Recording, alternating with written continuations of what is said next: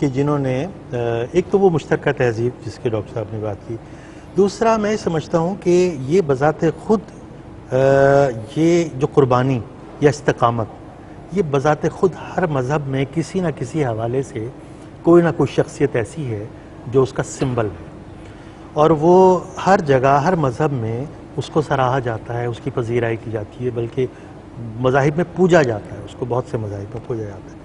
تو بنیادی طور پر وہ جو شخصیت شہدائے کربلا ہوں یا سیرت پاک ہو یا اور دوسری منقبتیں ہوں، ہمارے جو غیر مسلم شعراء ہند و پاک کے ہیں انہوں نے بہت لکھا ہے، اور وجہ یہی ہے کہ ان کی خصوصیات نے ان کو متاثر کیا ہے، ان کی استقامت نے متاثر کیا ہے، اور جذبہ قربانی نے ان کو متاثر کیا ہے۔ اور میں سمجھتی ہوں کہ حق گوئی ان کی جو ہے وہ اتنی بڑی طاقت تھی، اور کربلا والوں کا جو سب سے بڑا جسے کہنا چاہیے ہمارے لیے پیغام ہے وہ یہی ہے کہ سچ بولنا، اور سچ کو انہوں نے اس طرح عام کیا، اس لیے ہر قوم ہر